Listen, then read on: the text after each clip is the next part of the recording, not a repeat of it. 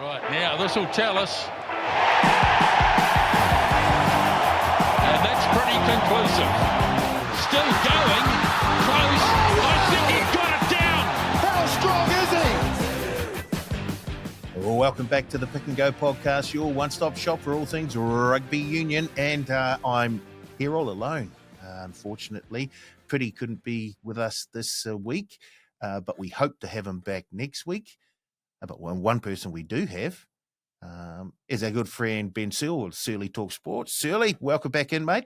Yeah, cheers for having me. It's there's a fair bit to cover off today, isn't there? I feel like a lot happened in the world of rugby on the weekend. There was a significant amount of rugby played on the weekend, and I can say that Pity is not here because Wellington lost to Manawatu. You may have heard that rumor. No, that's not why he hasn't turned up. So I just want to dispel that right on the off.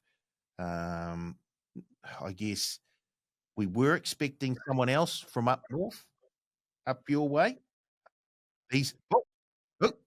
Well, there he is. Steve Devine. Steve, welcome. We've started, and I'm not sure how long we'll have you. But while you are here, welcome back in, mate, and good to see you, because there were rumours going around that you weren't going to turn up this week because Auckland got smashed by Northland at Eden Park. Oh, I know, he's gone. I shouldn't have said it. He's just dropped out. He's gone. Well, we'll just have to hold a wee bit of hope, and hopefully he can get back in, and we're going to have a chat with Steve. But obviously he didn't like my comment around Auckland. Fair enough. Surly, for you, not as well. To be fair, and we probably should have a chat about this a wee bit later on in the podcast. The fate of 3 provinces in the NPC is looking fairly dire. They're all from around the same area of the North Island as well. Counties Manukau, Auckland, and North Harbour. All 4 teams yet to record a victory in the NPC, but we'll get to that a wee bit later. Surely, I know you're very keen to jump in on that. What are we going to do? We should have a look at our betting from last week, and unfortunately, it's not that good, Surly. In fact, it's horrible. I don't think any of us picked up a win at all. It was a tough old go, and I think a couple of us had the All Blacks in some multis, and they let us down big time. Just on the All Blacks, do the All Blacks have a discipline issue? That's 5 yellow cards they've been issued over the last 2 test matches, or are yellow cards being awarded too freely? Why don't we go with you first, Surly, seeing as you're the only one there? Hey, Steve's internet is playing up and down like Auckland at the moment, right? Youthful, they just need a wise head to steer them around. But I think we do have a discipline problem at the moment.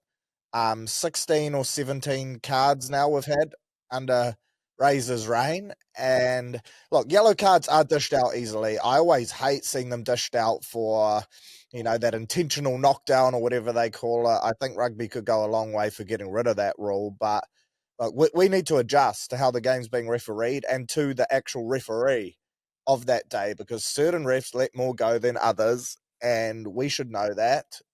And it's international footy's hard enough with 15, let alone 14 or 13 for large periods of games. So it's certainly something we need to look at. Argentina turned it into points, and that was ultimately the winning of the game for them. So I dare say it would be the top of the checklist for Razor. Righty-ho, let's just have a look at those betting results from last week now that I've got the sheet up, and I can tell you I had one bet. It was a 3-leg multi. Otago to win. Yeah, that was good. Manawatu plus the points. Yeah, that was good. And the All Blacks to win. Let me down. So minus 100 for the week, up 845.58 for the season. Surly also had one multi. Bay of Plenty to lead at halftime and to win. Well, we can stop there, I think. Yeah. Well, quite not many to be fair, because that was a fairly good result for the bookies. You also had Otago and the All Blacks as well. You're down $41.98 for the season. Pity, he swung for the fences. I think he was going for the perfect round, and we probably should have known something was up when he started picking both plenty. Hawke's Bay, Taranaki, or Tasman. He picked Northland, Otago, and he picked Wellington. That was no good. And then he had another bet on Australia to lead at halftime, South Africa to win, into the All Blacks to win by 13 or more. And no good there. So another negative week for Pity. And who else did we have? Oh, Steve. He had a multi as well. Bay of Plenty to lead at half and full time. Taranaki to lead at half and full time. Tasman to lead at half and full time. And the All Blacks to win. I think he only got one of those through. So maybe it's not Pity. Maybe it's Steve that's stopping all these bets from coming through. It's, unfortunate for Steve there. Righty ho. I don't think we'll get him back. He's having huge internet problems. So we'll just go ahead and have a look back at that Argentinian All Black second test match in the Rugby Championship, and the result there, and also the result in South Africa, really do make this a very interesting competition now, Surly. Yeah, it's results that we've been crying out for a long time, hasn't it? For so long, the New Zealand rugby fan has said we've wanted the Wallabies to be strong. Now we get to see if that was genuine or if that was just us taking the mickey a bit and just making the most of them not being very good, because in a weird way, I feel like that result last weekend showed me more that they're back than the win the week before, because I was so worried that the Springboks had now rolled out their best team and that they were going to towel up the Wallabies. And the Wallabies, with 5 minutes to go, probably should have been up by 1 point if they'd kicked that conversion, and perhaps the game would have ended a little bit differently. So I was very impressed with the Wallabies. They lose Tom Wright to an ACL. They lose Nick White, and still they have the depth on their bench to be able to compete with a great side like South Africa over there. It's pretty impressive, this turnaround, and I feel like they're building 30 to 40 guys now that can all play. Well, I guess all the talk here in New Zealand is about can't wait for the Springboks to get here in a couple of, less than 2 weeks now, in 10, 11 days' time, and the sort of challenge that they'll pose for the All Blacks.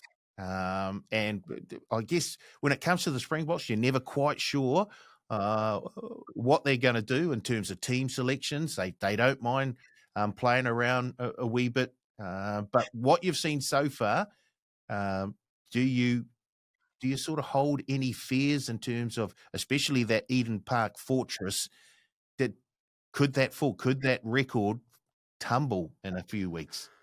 My biggest fear is the high ball. My biggest fear is that there's going to be an aerial assault at the hands of Handré Pollard. And while Colby isn't the biggest man, he will compete for literally every kick and makes everything a mess. And I think there's learnings for our outside backs in that as well. Like, even if he's not near the ball, he will have a crack at it. He will go hard at it, and it just makes things scrappy. So I think our back three is going to be in for a massive night. I expect them to play more like they did in that second game than they did in that first game, with Pollard at 10, and it's going to be a kicking game, and they're going to look to make us pay for our mistakes if we're off with our discipline and if we struggle under the high ball.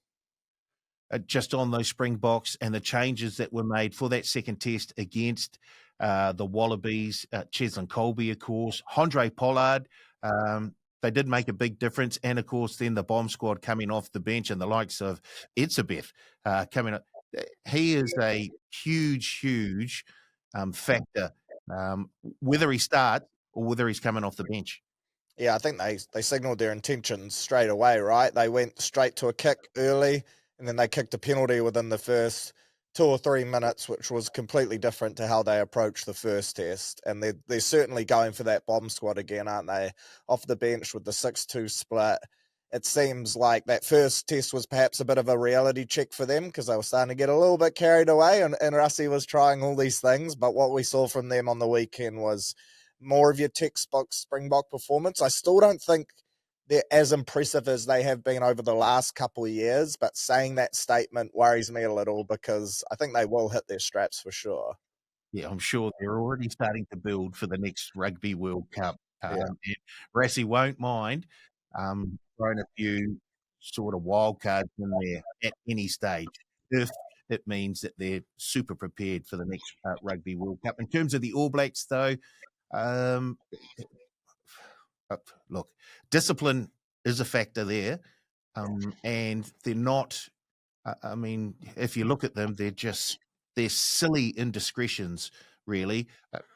You can argue what you want around the sort of, I guess, the interpretations around yellow cards when someone's tried to intercept the ball, but they've been fairly consistent in how they've made those rulings. Yeah, it's just a rule I don't like in general, but they were yellow cards, so I think the referee got them right, 100%. It's just frustrating. We seem to make the same mistakes with our discipline time and time again, don't we? Like, I'm not really seeing too much of an improvement in that department, unfortunately. So. In terms of the All Blacks, though, were you sort of impressed with anyone in particular, even though they came off on the wrong side of the scoreboard? At times, the forward pack did look okay. I think to a certain amount, they were out-passioned by Argentina, and I think the crowd had a lot to do with it. The atmosphere there looked so, I guess, uplifting for the home team. Yeah, I see Steve's in now. He might have a different or a fresh perspective for me, but I agree, Paulie. We did get out passion. Boys, I thought that after 4 minutes of kickoff, I got on my TAB app and I searched to see how much the RGs were paying, and they were $3.60 after 5 minutes in the kickoff. I could just tell they were up for it, and we'd already dropped sort of 2 or 3 passes by that stage, and I sort of got the feeling that we weren't up for it at all. So that was my play on it. I just think the RGs, when they're on, you're in for a tough day, and they were on, and they didn't give up the fight, and we just got ourselves into territory where I just think it was 100% about preparation, and we just didn't prepare well for it. We thought we were going to win. We probably had a mind on the Africans, and we just didn't prepare as well as we should have. I'll stay with you there, Steve, because I asked Surly this question, and it's around the All Blacks and their discipline. Do they have a bit of an issue with discipline? 5 yellow cards in the last 2 test matches, or are the referees just being a wee bit too pedantic here?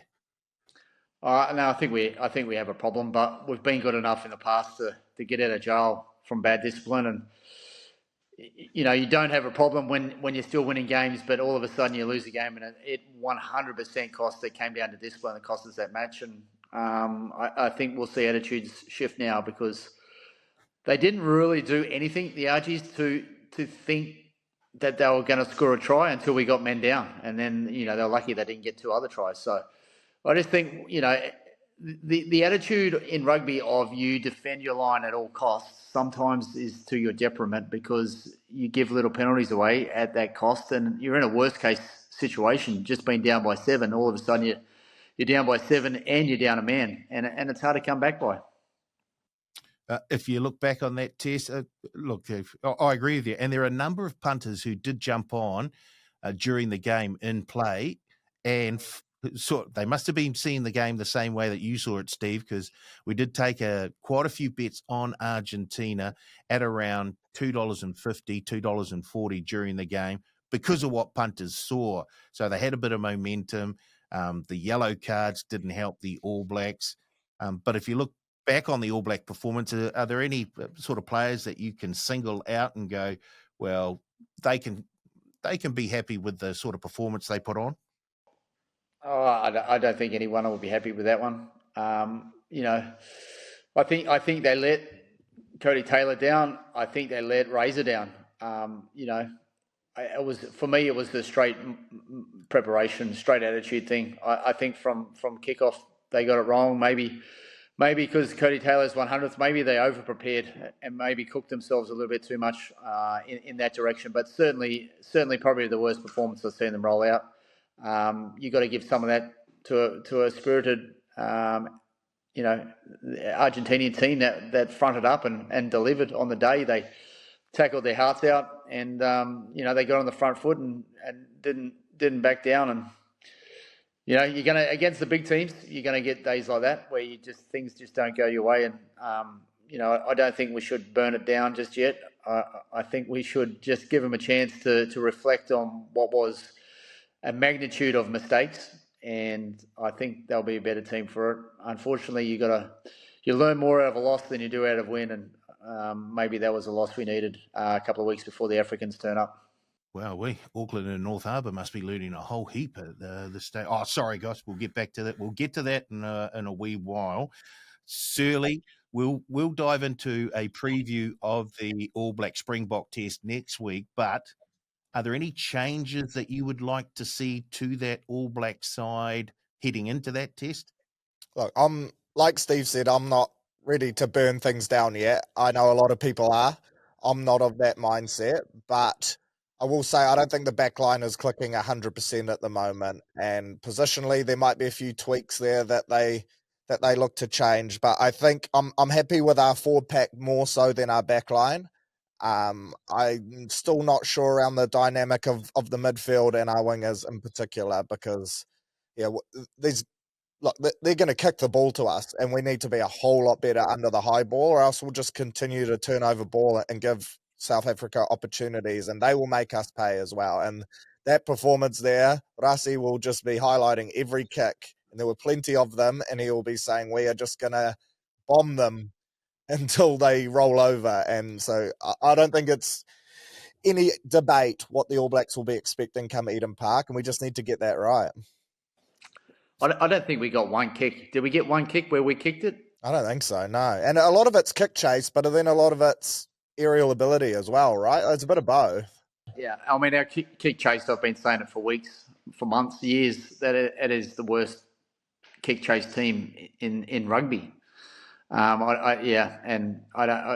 me, it's such a large part of the game now. And if you got wingers that don't just give absolutely everything chasing the ball while it's in the air, then you're not my winger. Maybe we need a Leroy Carter to come in who you just know is going to send absolutely everything he's got on every single kick. Would you make any changes then, Steve, for the next test? Rico, for me, is he a good centre? Yes. Is he a good winger? Yes, he is. But he hasn't played wing for so long. He's missing those finer details. He's missing the kick chase. It's not even about anything other than getting to the ball in the air and giving yourself a chance to get it back. The Africans are so good at it. They're just, for me, I'd maybe just for experience, I'd maybe move Rico back into 13. I think Anton Leonard-Brown's probably going to be injured for the next test. So Rico back to 13 just for a bit of experience. It's going to be a different game. It's going to be a kick chase game. We need some wingers who can catch the ball, particularly high, give support to Will Jordan. I think we're running out of wingers as it stands right now. Maybe it's time for Leicester to come back in. Just add a bit of brute force in and around that area. But for me, we need the two best kick chasers in the world to be our wingers, and that's certainly not what we have right now. Okay, we'll leave the Rugby Championship for now, and we'll get into it next week in a little more depth. But let's head to the NPC, and there were some fantastic results over the weekend. Before we delve into that, I've got a question for you both. And, well, it's pretty good that we've got both of you, because I think you both support two of the teams that I'm going to mention. Which team will pick up their first win of the season of the three winless teams, and will one of them eventually get the wooden spoon this year? So the three teams are Counties Manukau, Auckland, and North Harbour. So, Surly, if we start with you, will Harbour pick up a victory before the other two? So Harbour play Bay of Plenty this Friday. I'm giving that a no. Counties play Taranaki on Saturday. I'm going with Taranaki there. And Auckland play Wellington. I think Wellington win that. But next Thursday, North Harbour play Counties in Pukekohe, and that is when Harbour get off the donut with a spirited win.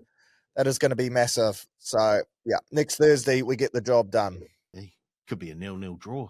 Steve? Whoa. Oh, we're also winning the Shield the week after that as well. That's a very good point. Things could just strange things happen in an NPC season. And What, six intercepts this time? Yeah, Wakasan Duodua is going to come back and play on the wing for us. Steve, your Auckland team, they're struggling at the moment. No, listen, they are. They are. I don't want to say terrible. They're just inexperienced. Any sort of players they do have with any sort of experience of being injured, and unfortunately, that's what you're left with.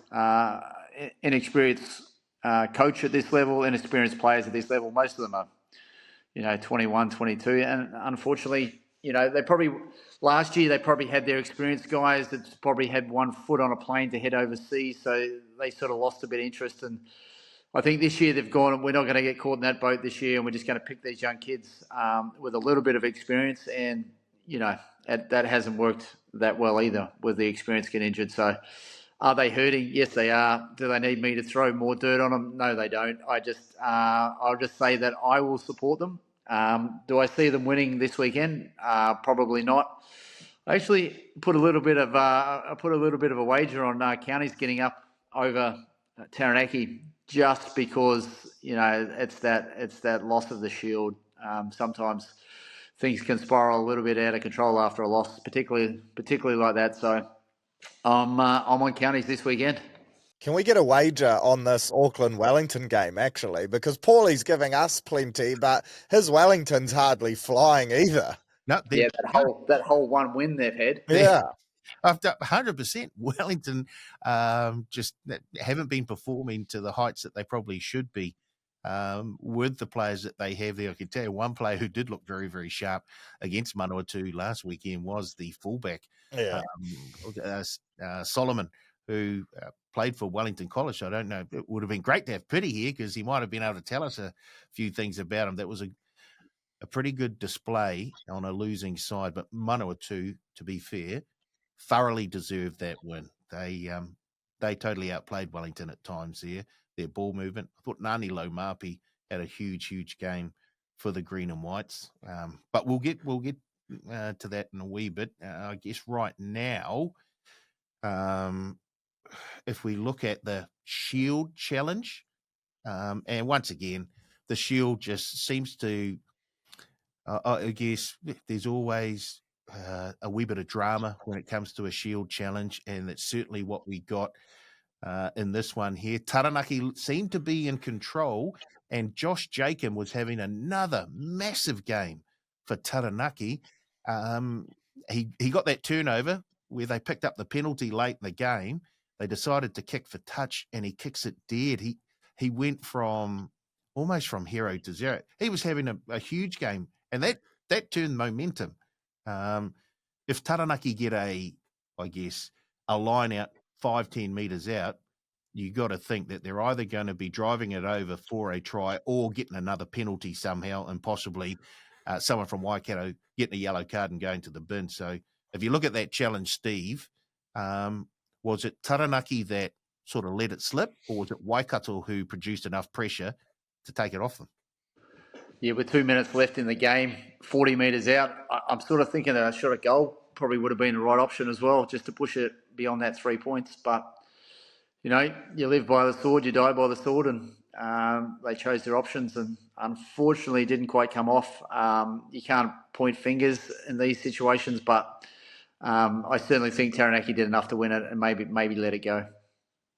Shirley, from your point of view, Waikato, they did enough. Well, they did enough to win the Shield, but did Taranaki help them with a few of their errors? Yeah, definitely. But I tell you what, is that the best $1 ever spent in New Zealand rugby history? Because Sopawanga has clutched it twice for them now. When that ball fell off the tee, if that was a younger, inexperienced 10, they would have been rattled. But Sopawanga just stepped up, knew exactly what he was doing, banged it over. The ref was giving him the 10-second warning. Like that's what NPC and Ranfurly Shield footy is all about. So well done to Waikato. They were brave enough to hang in there, and I believe they've got a couple All Blacks potentially making a return this week for their Shield defence. So that they could be peaking at the right time. On that subject, should Lima buy a new kicking tee so that the ball doesn't fall off it, or are kickers very, very particular about their kicking tee? And I don't know if that's his personal kicking tee and whether he's had it for years and years and years. Surly, is that the case when it comes to a kicker in NPC rugby? Oh, you don't touch someone's tee, mate. You do not. Even if a tee boy runs out the wrong tee, you are rattled. So, the tee is sacred. I've had mine for 6 or 7 years, and when I lost it 6 or 7 years ago, I actually shipped the same one over from England because no one was selling them here. So, yeah, once you find the tee you like, you don't change. We're superstitious people, goal kickers. Steve, did you ever take a shot at goal in your career? Mate, bring back the sand. What, with the remote control car driving it? Yeah, absolutely. Bucket of sand. Mate, bucket of sand never hurts. Well, didn't they used to put the tee on the remote control car anyway after the sand was retired? Remember, kids used to be on quad bikes. That was the day where the groundsman had no say. Yeah, we actually, there was a bit of an incident once at our end of season celebrations where we had a bad Monday at Eden Park, and two of the quad bikes that delivered tees and rugby balls may have got hot wired. And there may have been some monster trucks jumping that day at Eden Park. That is good. Oh, that's brilliant. Oh, if anyone has video evidence of that, please send it in and we'll put it up. I can't confirm or deny if everyone had their clothes on at that stage as well. Oh, gee. They don't do Mad Monday like that anymore, I don't think, Steve. Oh, it's just such a shame, isn't it? Other results from last week, Southland upsetting Bay of Plenty. A huge effort by the Stags there. But once again, a team that took their chances, took the game to the opposition. There were some big moments in that game as well. I think there was was it the Bay of Plenty flanker who was over the line with the ball, and he got it knocked out just as he was about to place it down. Huge turning point in that game. But if you look at that, does that mean that Southland are a chance in the Shield? I reckon. Yeah, like you said, Lasanga had a chance there, and he was having a great game to score that try, so it was unfortunate for Bay of Plenty. But this one's similar to that All Blacks Argentina game. I thought early in the game you could tell Southland were there to play, and they were creating the momentum, and they were taking the points, whereas Bay of Plenty were more willing to kick for touch and whatnot. So I think Southland are legit, man. They love that underdog tag, and I'd say half of Southland will be flying up for the Shield Challenge. They will be into it. Steve, if we look at a few of the other games, we'll bypass Canterbury. Canterbury were once again very, very clinical against Hawke's Bay, and Tasman, as expected, disposed of North Harbour fairly easily, certainly in that second half. But Northland, Auckland at Eden Park, Northland 43, Auckland 24. Now I know they're a young team, Steve, and obviously they're building for the future, but that's not something that happens to Auckland often, although we did see it happen to Auckland the week before. So that's 2 weeks in a row. Yeah, 2 weeks in a row at Eden Park, getting 40 points plus put on you is not good.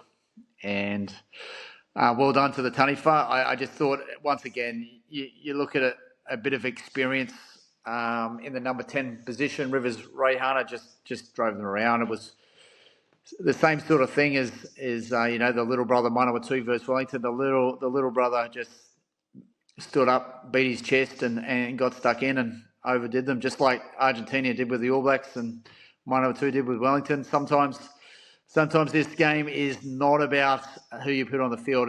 It's how those players turn up on the field. And I just think there's been a big few lessons for everyone over the weekend that you got to turn up to play footy. Otherwise, you're going to get bored undone. Otago took care of business against Counties Monaco, and they've only had one loss for the season so far. They're bubbling away very, very nicely down there. I like Otago. Yet they have a very, very good, well-balanced team right across the park. They've got a wee bit of experience in key positions. They look very, very good. I wonder if they'll get a challenge later on in the season. And then the final game of the round was Wellington having to travel up to Palmerston North to take on Manawatu. And, Steve, the Manawatu team, they scored some very, very good tries. Yeah, when you're on, and everything's stuck for them. All led by Lamapi, just taking the yards and just encouraging the team to tackle when they didn't have the ball. And again, we spoke about it earlier, but I just think the team turned up ready to play some serious rugby, and Wellington maybe not so much so. And that's what brought them undone: passion and attitude. Surly, Manawatu, was it Manawatu being a lot better than Wellington, or was it Wellington being a wee bit poorer than you maybe thought they would be, especially with the likes of Omua in the team? Wellington do have experience in that team, so I don't think they can fall back on we've got a young side excuse. Nah, I just think the Turbos wanted it more. You could tell this game meant more to them than it did to Wellington. And I think the results of the past had shown that this could perhaps be on the cards as well. I feel like the Turbos always show up against Wellington. And yeah, they had a clear game plan. And Brett Cameron, they have a great game driver. I think their 9-10 combo is really good, puts them in the right areas, and they were able to force some mistakes. And like you mentioned, Laumapa and that ball running, like they have some guys in there that really set the tone. Their loose forward trio is impressive too. So I think people are underestimating teams like the Turbos and Southland, and they're doing it to their own detriment, because this is like the highlight of a lot of these guys' seasons. You've got a lot of Super Rugby boys and other teams that are just there semi because they have to be. I'm sure playing for their province means a lot, but for a lot of these guys in these other teams, this is the best time of their rugby year, and you can tell the sides are really getting up for it. This is their pinnacle, and I agree with you in terms of the 9-10 for Manawatu. In fact, you could probably go 8, 9, 10, 12 for Manawatu with Yossi at 8, Viljoen halfback, Cameron, and then Lomapi. That's a very, very good sort of link between the forwards and the back line, a whole heap of power as well, and experience. So, yeah, Manawatu are certainly going to win a few more games this season. Chuck him Wild at fullback, and you got a great little combination there. He really impressed. I thought he was standout. He runs the ball well, carries hard and strong for a little fella. I really like what he does at the back. Yeah, that was a great little fullback battle, to be fair, Manawatu and Wellington. Having said that, why don't we give our pick and go NPC MVP points for round 4? And Steve, you've sent yours through, so why don't you tell us who you've got for 5 points, 3 points, and 1 point? Yeah, I've got Lamapi for 5. I thought he was outstanding. Got them on the front foot, kept them on the front foot, and tackled all day. Dylan Pledger, again, I thought he had another great game at 9 for Otago, getting my 3 points. And Rivers Rayhunter, number 10 for Northland. He was the standout. He was the difference at Eden Park on Saturday night. I just thought he was cool, calm, put them where they needed to be. They came under a bit of adversity after 10 minutes of that second half, and then just class got them out of trouble time and time again. So they're my points. Surly? My 5 was Sam Darry. I thought he was just exceptional again in the top of the table clash. Like, he's had 2 massive performances now where he's saying to Razor that he has to be in that squad for sure. I also had Pledger as my 3. I'm loving how many young halfbacks we have at the moment in the NPC, that some of them play a pretty similar style, but they're fast. They get to the ball quick. Their support lines are great, and I reckon he's definitely one for the future. And then my one was Stanley Solomon. So those last two, they're both signed to the Highlanders. If you're a Highlanders fan, you've got to be excited about this young team that they're building down there. I think he's a superstar of the future for sure. And alongside Ledger, those are two under-20s boys that looked great on the weekend. I'm not sure if that's the first player to be awarded points on a losing team in the pick and go NPC MVP, but he thoroughly deserved it. He played a fantastic game and has a wee bit of speed to burn. I'll go with my three players getting 5 points. Alan Craig in that Northland pack. I thought he was huge. He was all over the park, dotted down as well. Just a great all-round game, I thought, from Alan Craig. For 3 points, I've got Nick Shearer, the Southland halfback who played a integral part in that Southland win over Bay of Plenty, both on offense and defense. And then I've also gone for Nane Laumape for the 1 pointer. Yeah, I thought he was super in that Manawatu backline against Wellington. Righty ho. I can tell you the overall leaderboard from last week, so not including this week because I'm still waiting for Goldie and Pity to send their players through. But last week the leader was Lester Whainganuku on 25 points. Caleb Trask was on 15 points. Josh Jacob probably would have picked up a few more points this week, to be fair, if Taranaki had gone on and won. He's on 13 points. And then Ratumai Tavuki Neepkins is on 9 alongside Lucas Casey. I'm going to tell you, Dylan Pledger is on 6, but he will be getting a few more points added after this week, of course. So, yeah, it's Lester Whainganuku. He picked. He had a perfect round with all of us 2 weeks ago. So it'd be interesting to see how he goes, or whether he may be. Is he eligible for the All Blacks for the squad this week? Can he come in, Steve? He traditionally they don't. Traditionally they wait till the competition's over. But if there's injuries and push comes to shove, he is registered playing here, and he has played games, and he probably has warranted his selection. So if they were to need a winger /13, I'm sure that he will get a phone call.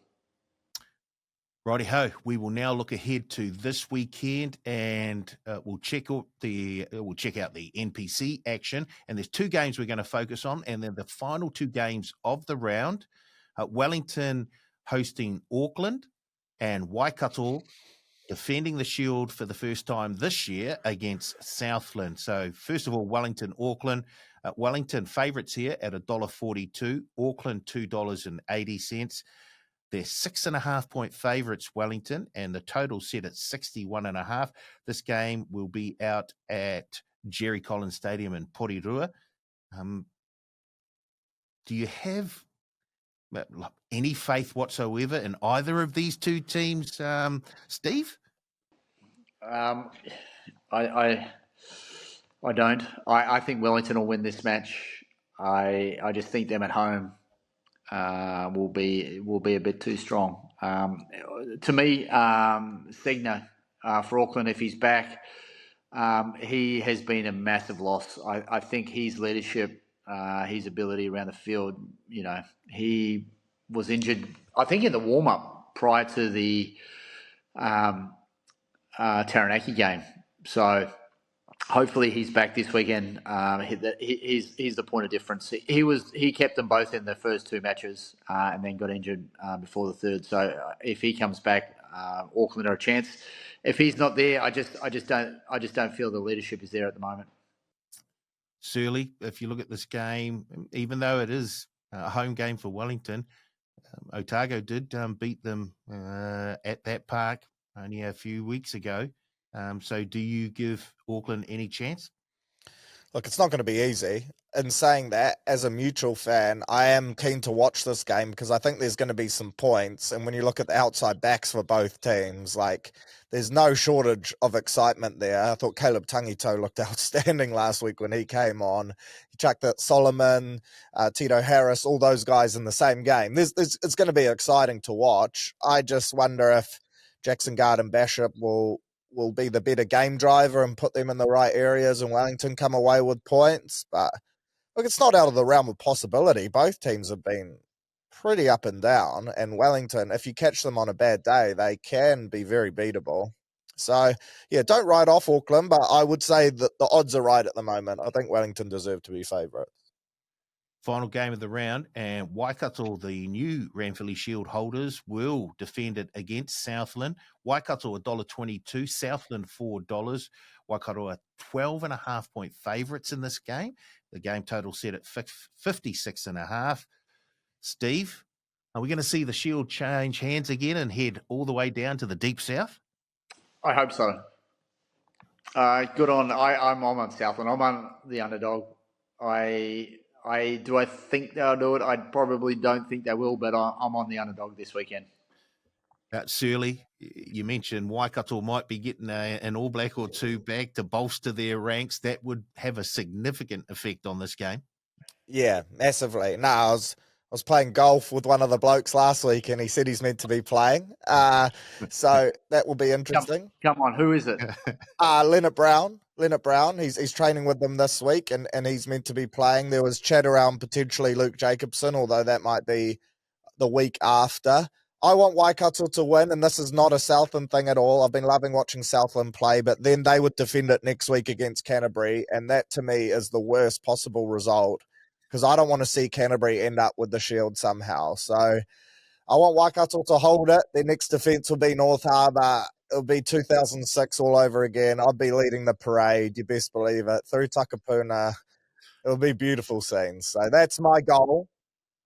But if Southland do win it, I just know how much it would mean like to Invercargill as well. So that would be cool. Only if they defend it against Canterbury the week after, though, because I do not want them to get it. Right, so the Stags can have the Shield, but only if they're going to defend it against Canterbury the very next weekend. Yeah, and then Canterbury host Tasman the week after. So, like, I don't want it getting in either of those two's hands.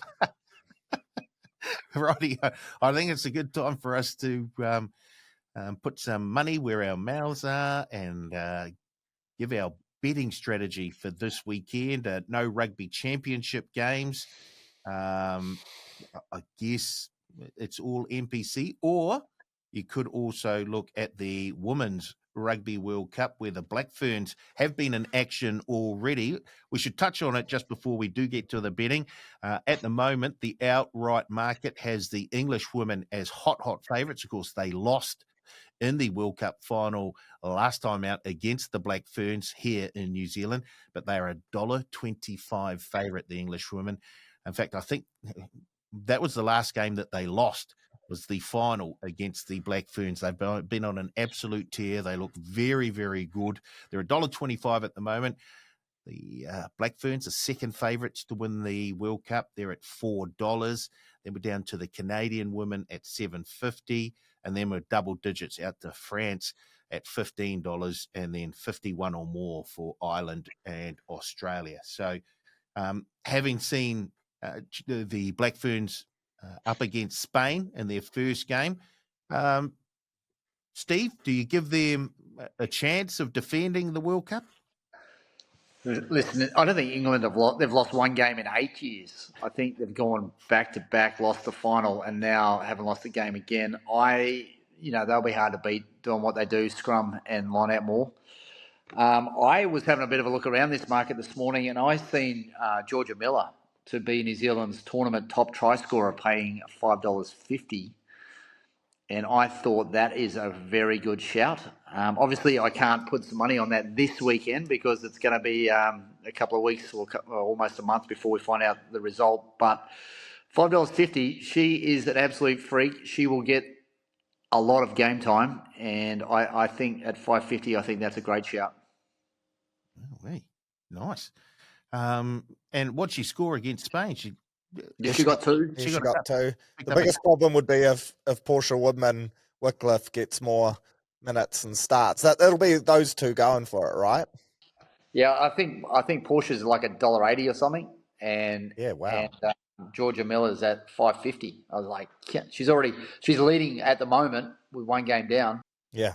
How good is she as well? Like, that was in 40 minutes. She is such a pleasure to watch. And her alongside the 6, is it Layla Sae? I thought those two as a duo, like Sae carries so hard, they're going to be great to watch. Well, Miller can play 6, 7, 8, 12, 13 wing fullback.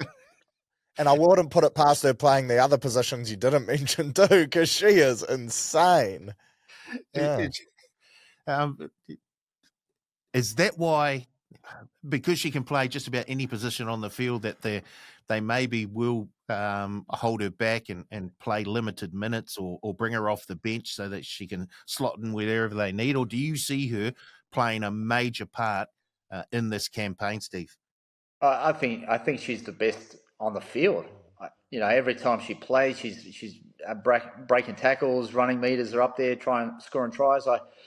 I think she's red hot in the number 7 jumper or wherever else. I think she could be our point of difference. Righty-ho. Let's get on to the punting proper. We'll go to you first, Surly, seeing as there wasn't much success from any of us last weekend. Can we turn it around this weekend? A lot of upsets last weekend. Are you looking for a few more this weekend? I'm hoping there are none, because my bets, every single one of them has me nervous, and it's not returning a lot. It's this 3-leg multi that I've been doing with the halftime, full times in there. And look, they do make me nervous. But I'm going Taranaki to beat Counties halftime and full time. I'm going Canterbury to do the same against the Turbos, halftime, full time. And then I'm going Waikato head to head against Southland, $2.84, all 100 on that. Don't feel confident about it at all, because all 3 of those games have upset potential. But it's where I've come to. Wow. Nice. Well, yeah, okay. Good luck with your half full-time doubles. You don't sound sold either, Paulie. Thanks, mate. Back me in with no confidence. Let's go to Steve. Steve, what are you going to do with your $100? Well, my plan this week was going to see what Petty put his money on and then completely do the opposite.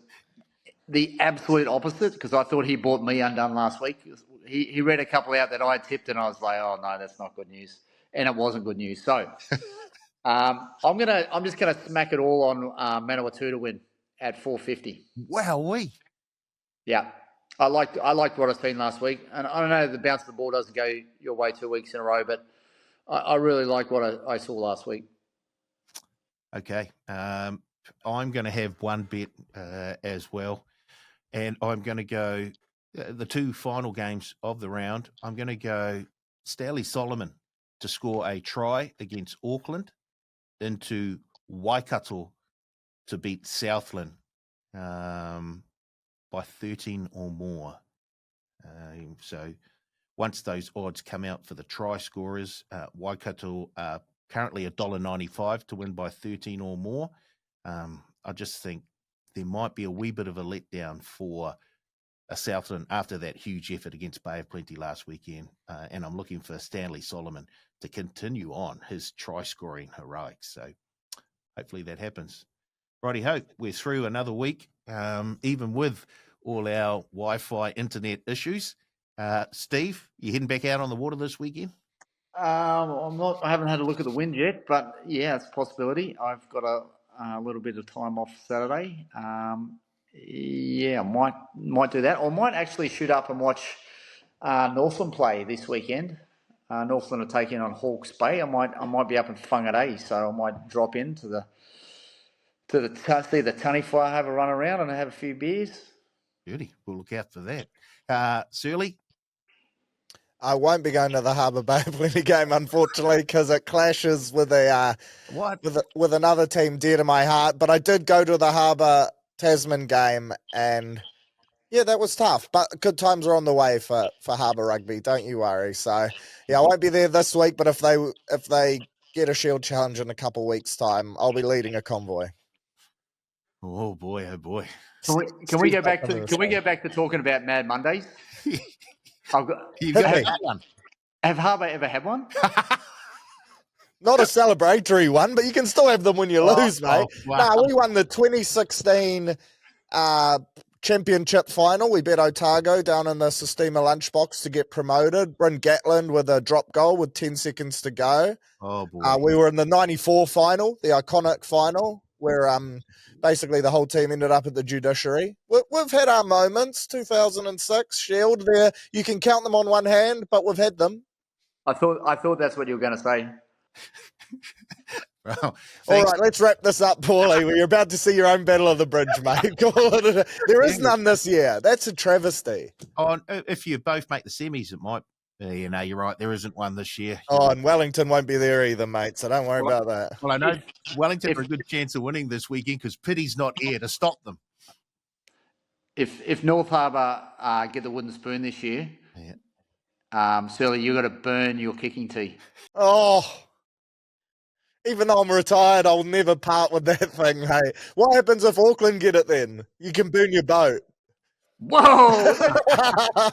That seems like a fair trade. Yeah, agreed. The tee means as much to me as the boat in value. I will burn a boat on my one. Okay. Yeah, we should probably leave it at there, guys. Look forward to seeing you back next week when we have another edition of the Pick and Go.